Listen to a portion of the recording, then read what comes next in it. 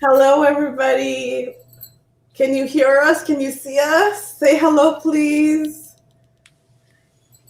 We are live. We are live. We are live. We are so live. And everybody, please help me welcome Aloise. She is, oh my goodness, just the radiation. I don't know if you feel it, but I'm feeling it.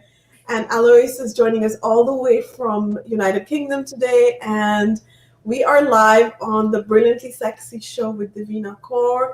And Aloise, I know that, I know you. It's like, I know this is the first time we're doing a show together, but it feels like I know you. Aloise is an accredited coach, a teacher, an acoustic records reader. I want to know more about that. She's also a public speaker. It has a podcast, is the founder and creator of the Dharma Life Academy. And the list is pretty long and impressive. So Aloise, please tell us a little bit about yourself, where you are, and how did you get to the reading of the cards and the acoustic records? Well, first of all, Devina, thank you so much for having me. I know what you mean. It kind of, I feel like we're in the same world, aren't we? And I've seen you on so many different things. And yes, I feel like we are kindred spirits doing our Dharma and on the same mission together to help humanity rise. So it's such a pleasure to be with you here today. A little bit about me. Where can I start? I would say that what I do today and who I am today is totally different from where I've come from and what I've gone through. So just a little bit about my story. I kind of grew up in a very 2.4, what I thought, middle class family in England. And what I didn't realize is we had kind of quite a lot of trauma on both sides. We had depression and we had alcoholism on the other side. And it just sounds like the sound has gone. There we go. And at the age of 21, I decided to take on both of those things. And I basically had a nervous breakdown. Yeah, so that was fun and games. And I remember going to the doctor, and the doctor tried to put me on antidepressants, and I really didn't want to do that. And I had no kind of connection at that point. My family wasn't particularly religious. My dad was very much an atheist. And so I had no higher connection. And I'm afraid my 20s, I was quite lost. I used drugs and alcohol as a way of escaping. I was desperately seeking something. I just didn't know what. And I also was suffering with quite bad chronic depression. At points I was like floating up out of my body. And I really didn't necessarily, I wasn't enjoying life and I really didn't want to be here. And I kind of, typical 20 something, I was doing quite well in my career. I was working in recruitment, but there was a layer between me and life. I'd very much basically kind of learned all the behavior from my mum, which was how to respond to life, and basically got this depression effectively. And then at 28, I had a spiritual awakening. I had voices in my head, and I had someone guiding me to where my mother had tried to commit suicide. It was quite a kind of cataclysmic Saturn's return. But the voices in my head really woke me up to the fact that there was more to life than I could see. And actually sent me down a huge rabbit hole at 28. I discovered all about the banking system at 28. I discovered all about some of the nefarious activities that were happening on the planet. And I really had this big awakening, but I didn't really know what to do with all of that information, if I'm honest, Devina. I kind of was like, well, what can little old me do about humanity's situation? But I did know innately that I was here to shift consciousness. So I started training really for the work that I'm doing today. So I very much went down the rabbit hole, kind of explored that for quite a few years, got into personal development, got into spiritual development, trained as a Reiki teacher, Reiki master, and then kind of followed my breadcrumb trail and started running transformation organizations, trained in coaching. And slowly but surely, I've kind of picked off my addictions and kind of evolved and shed my skin and done my healing work. And now I proudly help others through that journey. Not saying I think we're forever students, But now I know it's my part of my Dharma to help others step into their soul purpose. And I do that obviously with the coaching and the Akashic record work and the Dharma Life Academy. Wow, Aloise, that's I'm sorry that you had to go through that addiction and the nervous breakdown and the family trauma, as you said, and many of you may not know this, but Sexy Brilliant happened because of me overcoming an addiction too. So I understand, I relate, and some of us are just have this personality, which is, we have an addictive personality. I know I have that, and it's been very hard to kind of get out of my own way. So a couple of questions for you, and just so we understand, what does the word Dharma mean to you, and why did you choose this name? Because many of us are not familiar with that Sure. word. And before you go into the explanation, I just want to say that I am born and raised in India, so I do understand what that means, but I just wanted an explanation for the audience that's here today. So please. Yeah, of course. So let me tell you a story because I think it gives it context. So I do believe when we awaken spiritually, as Charlie Freaks talks about, when we come not just in our left brain, we become in our right brain. We start to do our healing work. We start to free up our ego personality. We start to kind of integrate and become our authentic selves. And we realize that we start to be guided. And so I got the message and the download that I needed to start a podcast. And that was all I got. I knew I needed to start a podcast. I didn't know where I was going. I never knew how I was going to do it. I'm a bit like yourself, Devina, I'm sure. You just know you've got to do it. So I started the podcast. And then about 3 months in, I was interviewing influencers and thought leaders on their purpose and how they discovered their purpose. And a teacher of mine, a gentleman called Chris Atwood, appeared, and he said he was teaching about Dharma and the principles of Dharma. Now, Dharma, for those listening, means different things in different Indian languages, and I think it's present in about 18 different Indian languages. But the Dharma that I refer to comes from the Vedic texts, and it very much means the right path of action. Mm-hmm. So he was teaching about this, and I thought that sounds so interesting because I was very interested in purpose and how you find your purpose, and I wanted to write a program on it.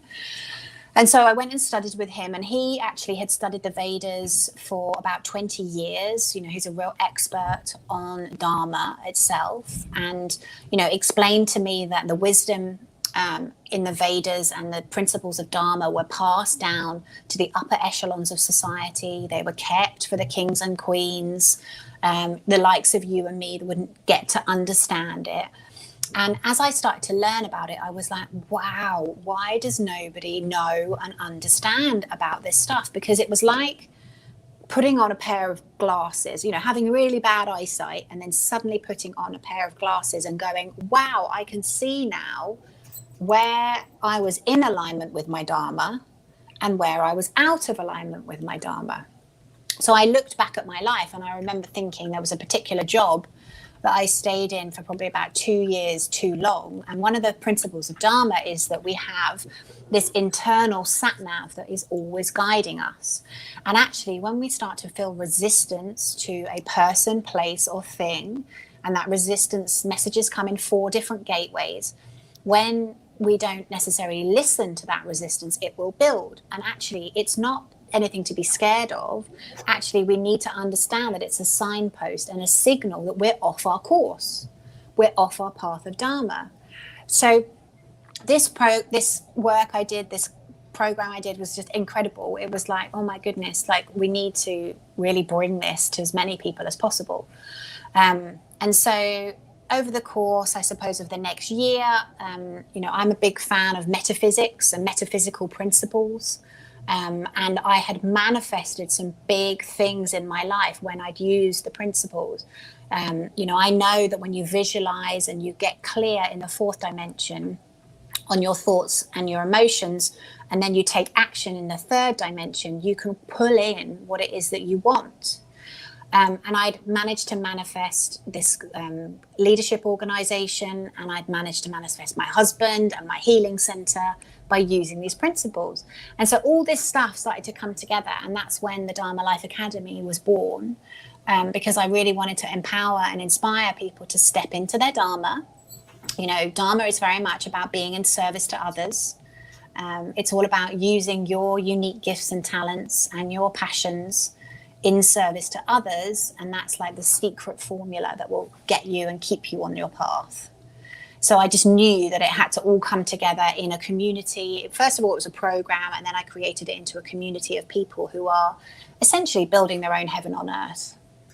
Wow, I love it. And so for what is your message for anybody who's looking for purpose, who's looking for, something bigger than themselves, or just are in that path and they don't know, it's very unknown? What's your message to them? Well, first of all, I would say that everybody is a piece of the solution. So all of us have a part to play in what is happening on the planet right now. Every single person is completely unique, and every single person is part of the solution. So at the moment, we only have about 13. It's probably a bit more now since the Great Awakening. The statistic, I think, is from about 2019, but it was 13% of the planet that are enjoying what they're doing on a daily basis. So if you imagine the majority of the planet is basically going through the motions, they're just trying to survive. Humanity's been kept in survival purposely, so we can't explore our spiritual purpose.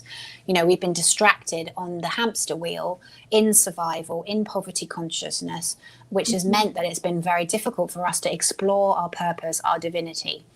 But what I would say to people is that you are completely unique. Often we again think we're not good enough. And that is also a program that has been running in humanity. It's literally been pumped in by the powers that be to keep us in our bottom chakras, to keep us in insecurity. We've been taught that we are not good enough. And actually, it's completely wrong. We are all unique. We are all have a bigger, higher meaning and purpose. And actually, when you understand the principles of Dharma, this formula that I mentioned to you, whatever it is that you're truly passionate about, so what is it that really lights you up? What is it that you can read and read and read and read about that doesn't get boring? That is connected to your Dharma, that is connected to your purpose. What is it that you are uniquely gifted and talented in? And often when we do this, people go, I don't have anything. And I go, yes, you do. And again, we have been taught to look outside of ourselves. If you think about our education system, again, we know, Devina, because of the Great Awakening, what's been happening is, we've purposefully been taught to learn things that are bloody useless.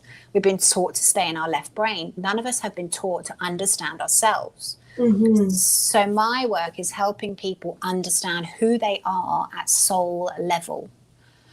Because you have a unique signature and blueprint that when you lean into that, you become happier, healthier, more fulfilled, more alive. You actually have more vital force energy coming into your system. So you look better, you feel better, you actually have a better spiritual immune system, you actually have a better energy body, you actually have a higher vibration. It's powerful stuff, but everybody can do it. And as you're talking about this, I feel like that energy transfer is happening. We're feeling your energy, and it's so beautiful. It's because you are walking your path. You're walking your truth. You know who you are, and then you're like, this is what I'm meant to do. Was it easy for you, Alois, to get where you are? Like you're talking about, you're getting these downloads. You've created the academy. You've got a huge social media family.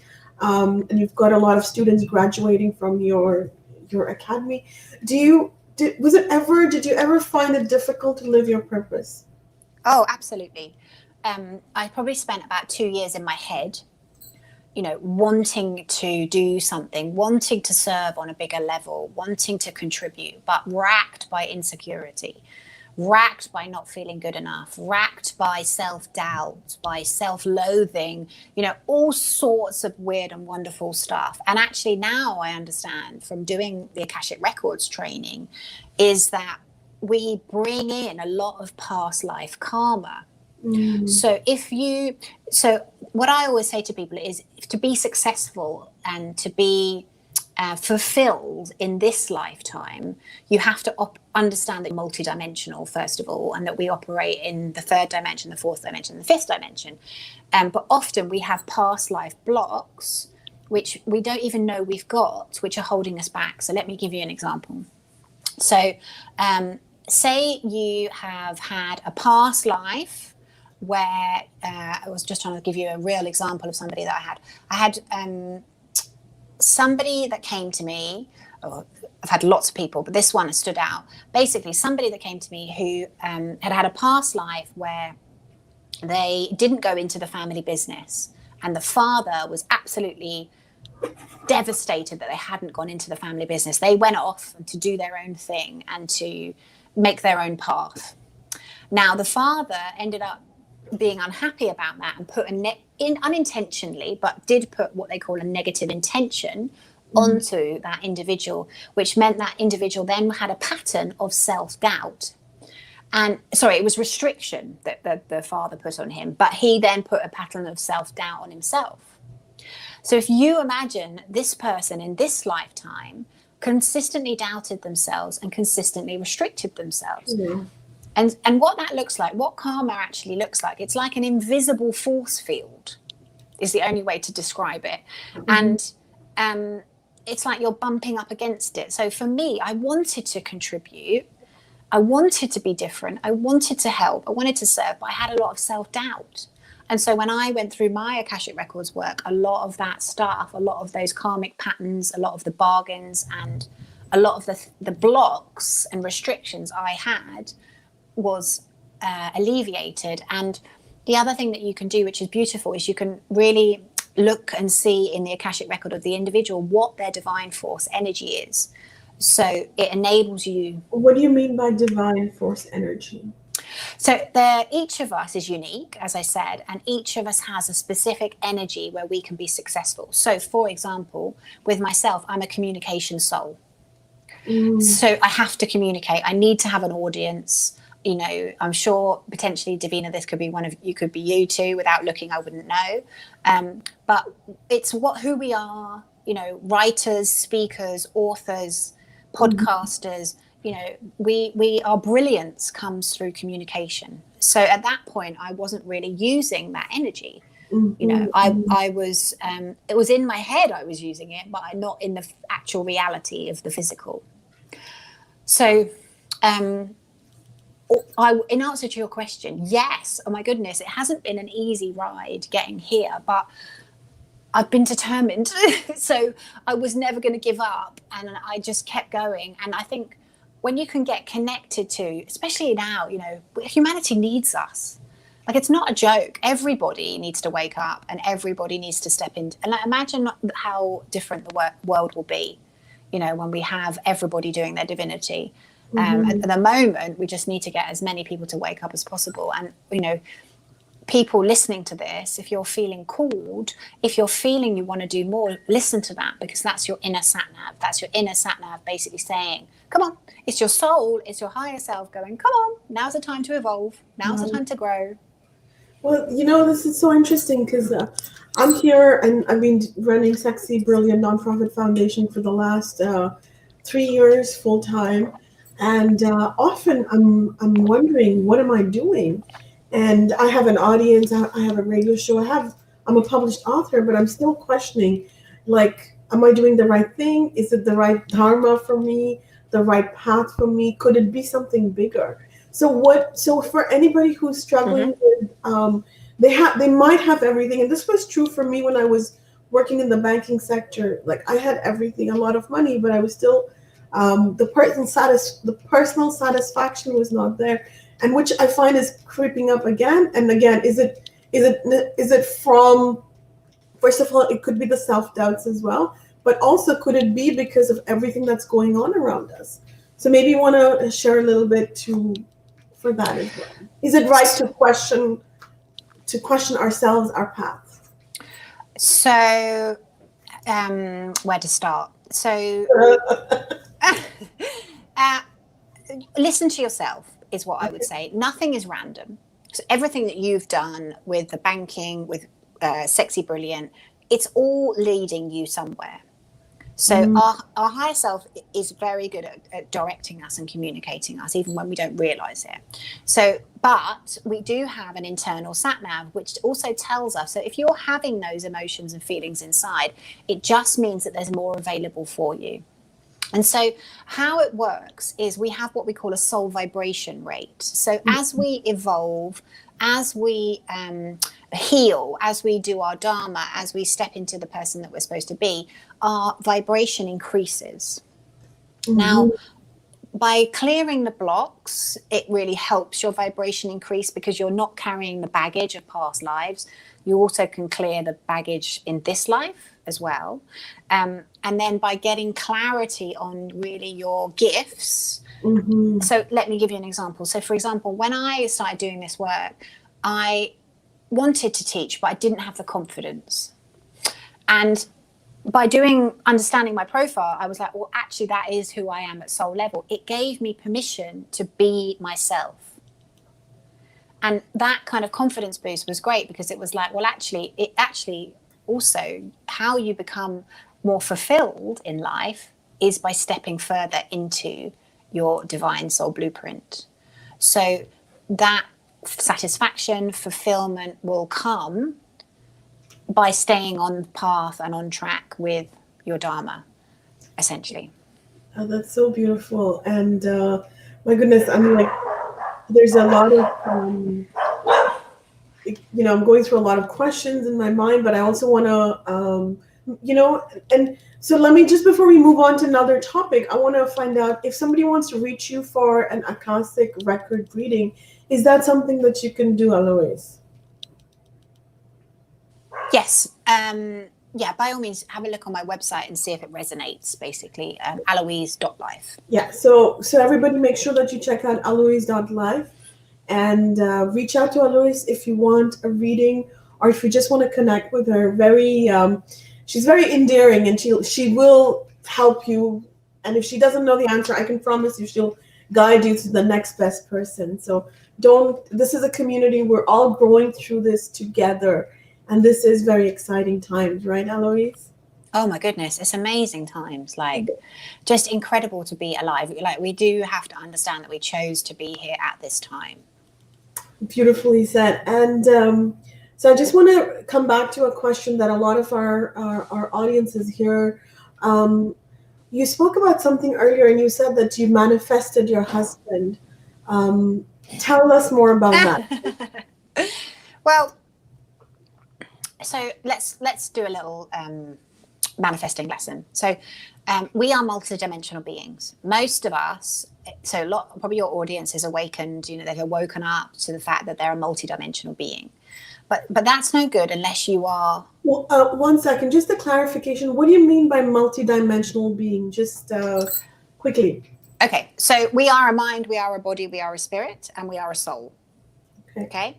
So obviously this is your mind. This is your body. Your spirit, obviously, I would call your soul and your spirit are kind of outside of your body per se. But when I say we're multi-dimensional, we operate in more than one dimension. So this is the third dimension. You and I can see each other. We're in this third dimension. But actually, you also have thoughts and emotions. Now, you can't see them, but it doesn't mean that they don't exist, because they do. And they operate in the fourth dimension. Mm-hmm. Now, you also have the fifth dimension, which is actually where the Akashic records sit. But when I say that we are multidimensional and we need to utilize our multidimensional power, it's clearing the blocks in the fifth dimension, but it's also getting aligned, because the more you raise your vibration, the more you do your healing work, the more you do your shadow work, the more you step into your divine soul energy. Hello, Kerry. You become a more powerful soul. So your energy to manifest and create in the world becomes stronger. And obviously, who we are internally is reflected back to us externally. So by doing this healing work, your soul vibration rate and your energy, your biofrequency energy raises. So why that is relevant is what you need to do when you're trying to manifest is basically get very clear in all the dimensions. So let me give you an example. So if you want to be setting intentions, you want to be giving them attention, and then you want to be letting it have no tension. So your intention, my intention was I wanted a husband, basically. And I knew that the power of getting clear on lots of levels. So I wrote a daily journal, and I wrote out all of my negativity around relationships, because if you've had negative relationships, or you've had hurt or pain or something that is maybe blocking you, it's a very good idea to get that out first. And we are energetic. So if you haven't healed that, the chances are you might keep attracting the same thing. So if you're looking to manifest a partner, I would write out all of the negative experiences that you've had around that, and also ask yourself what you learned from the experiences with that individual, because you're getting the lesson, you don't repeat the lesson. And then you can move through it. And it's emotions. So those emotions that you were carrying, that were weighing you down, that were holding you back, you've released. Then you can start to write down what you're looking for, what you're looking to create, the type of relationship that you want. So I started to get very clear on the type of man I was looking for, the type of relationship I was looking for. And every day I was checking in. I was using the fourth and the fifth, my emotions and my thoughts. I was writing them down, and I was using them to create. The other thing I was doing is, we are powerful human creators. So I was sharing with people in the third dimensional physical reality that I was looking for a relationship. So with people that I trusted, I would say, I remember going out to my friends saying, just to let you know, I've decided, I'm ready. If you know anybody, please let me know. Because you're speaking your reality into existence. We can create anything. So, the other thing that I do, which we're going to be hopefully doing on the 21st, is doing a big meditation and visualization. Because what's amazing to do is visualize your future as well, because you're using your multidimensional power. You're creating. Remember, we are powerful human creators, and they've been suppressing us and keeping us in a certain timeline through the news, through the media, etc., etc. And actually, once we take our power back, once we step out of the matrix and we step into who we are and we do our healing work, we can manifest what we want. Imagine humanity working together to create the type of world we want to live in. Oh my goodness, that would be so beautiful. And it's actually happening right now, where we are starting to see the change just by having conversations like this, sharing our knowledge. And then, our intention, and I know Aloise and I run a 100% nonprofit foundation. So we're not, money is not it's not my aphrodisiac. I wish it was. So it would be like, but, and we're doing it for, in Punjabi and Hindi, we use this term called seva, which is, it's about doing volunteer work. And that's how you change your karmic records, and you clear your karmic debt, actually.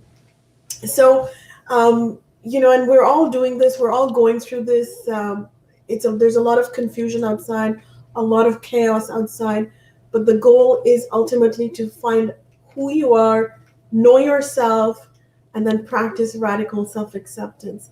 That's what it's all about. And Aloise, maybe you can shed a little bit of light on that, about self-knowledge and radical self-acceptance. I would love to. I'm going to finish the story, if you don't mind. Because actually, there's a bit more that I think people who are looking to manifest should hear. Because Thank you. Exciting. Yeah. Only hopefully this might be useful. So we know we were talking about using our thoughts and emotions in the fourth. So that's the writing. So this process for me meant that I knew I had to get out and take action. So this is the other thing. You have to take action. You can't just sit in your living room with anything you're manifesting. You have to take action. So I dated. I got out and I did internet dates, and I actually made sure I did one a week.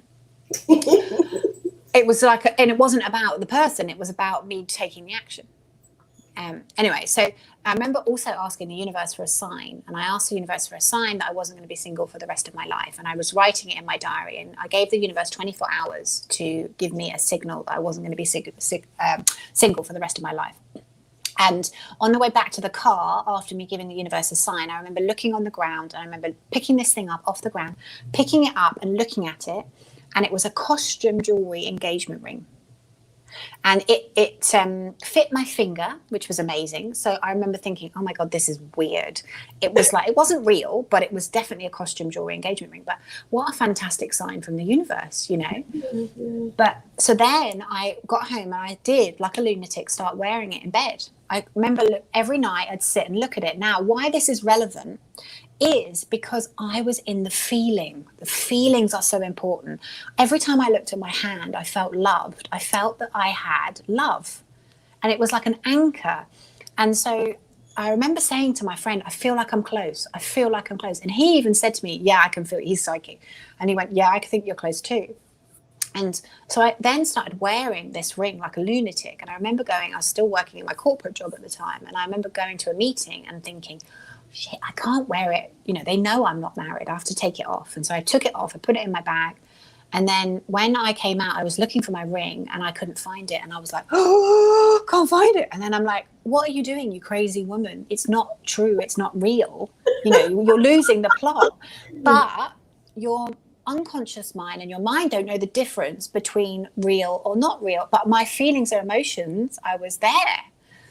So anyway, I think it was about 2 or 3 weeks later that I met my husband, and I met him on a dating site.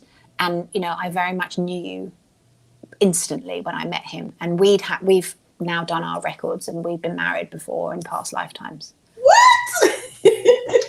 That's insane. But it's true though. Cause I mean, and I say what, because when I hear these stories, I always go like, what, does it really happen?